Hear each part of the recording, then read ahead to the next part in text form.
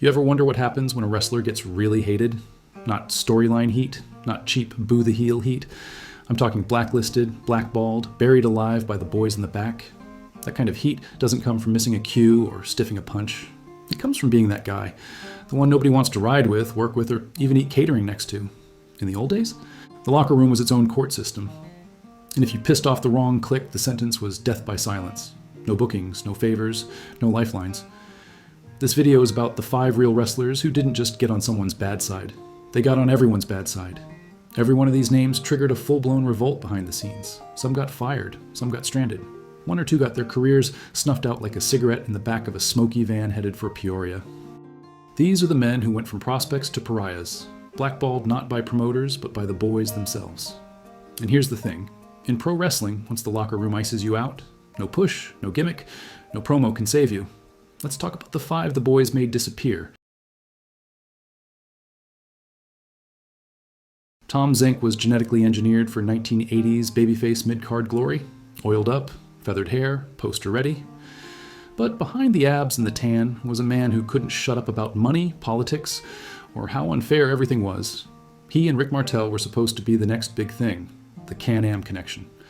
But when Zinc found out Martel was getting a bigger cut, he didn't just complain, he bailed. No notice, no heat check, just walked out and never looked back. That burned Vince, it burned Martel, and it singed every locker room he walked into after. Zinc said in interviews he left on principle. The boys said he left because he couldn't handle the grind. Bret Hart called him out as someone too concerned about other people's money. And in the wrestling world, that's like showing up to a mob meeting with a wire on. When WCW gave him a second shot, it wasn't a comeback. It was a trial run that never ended in a contract renewal. Zinc got stuck in that awkward mid-card Bermuda Triangle where no one wanted to team with him, push him, or even share a car ride. And here's the twist. Zinc wasn't untalented. He could go in the ring. He just couldn't go 5 minutes backstage without running his mouth or counting someone else's paycheck. That's the kind of habit that gets you marked. He didn't get a send-off. He didn't get a legacy. He got that quiet, ruthless kind of blackballing where the boys just pretended he never existed. When he died in 2017, the tributes were short. The silence? That was long. Blackjack Mulligan was everything Vince Sr. wanted in a heel. Big, loud, brutal, and just southern enough to make Yankees hate him on sight. He could brawl, cut promos like a drunk preacher, and bleed buckets. But behind that gruff cowboy persona was a man who couldn't stop setting his own bridges on fire, both inside the locker room and with the law. It started with power plays. Mulligan had pull in the territories, especially Florida, and when Dusty Rhodes rose to booker status, Blackjack thought he deserved to ride shotgun. Instead, Dusty shoved him to the back of the booking bus. Mulligan didn't take it well. He started politicizing, backstabbing, and refusing to do business. Wrestlers whispered that Blackjack only showed up when it suited him, and when he did, he made it clear he wasn't laying down for anyone under 6'5". Then came the counterfeit money scandal. In the late 80s, Mulligan and his son Kendall Windham got popped for trying to pass fake 20s like they were in a Florida flea market hustle. It wasn't just embarrassing, it was humiliating, and it gave every promoter the perfect excuse to cut ties. By the early 90s, no one was answering his calls. Vince didn't want the heat, Dusty didn't want the headache, the territories didn't want the risk. Even longtime road partners like Dick Murdoch stopped pushing for him. Mulligan didn't just get blackballed, he made it easy to blacklist him. He died with a Hall of Fame career and a blacklisted legacy. Proof that being a draw won't save you if the boys think you're full of it and the feds think you're running a DIY treasury department. And Blackjack? He was guilty of both. In the wild, woolly world of early 90s wrestling, few stories scream backstage nightmare louder than Nail's infamous chokehold on Vince McMahon. This wasn't some locker room scuffle over a missed bump or a botched promo. No. Nails literally grabbed Vince by the neck in anger, sparked a panic that echoed from Stamford to every regional office, and ensured he'd never get a leg up in any major promotion again. The story goes that Vince had promised Nails certain money and creative control, but then went back on his word. Nails didn't just simmer quietly, he lost it. This wasn't a shoot interview tall tale either. Multiple insiders confirmed the incident with a mix of horror and disbelief. The boss getting choked by a wrestler? That's locker room suicide. From that moment, the wrestling world collectively decided Nails was radioactive. He bounced around smaller territories, but every promoter who knew the story kept him at arm's length. Because if you can choke Vince, imagine what you might do to your coworkers. Nails blamed everyone but himself. His reputation went from tough guy to loose cannon, and his career trajectory went from promising to non-existent. Eventually, the man who almost crushed wrestling's biggest boss became a ghost in the business, whispered about but never booked. The lesson? When you make the head of the table your choking hazard, the table turns on you, fast and permanent. Ron Bass wasn't your average heel. He was the kind of outlaw who thought he was above the locker room rules.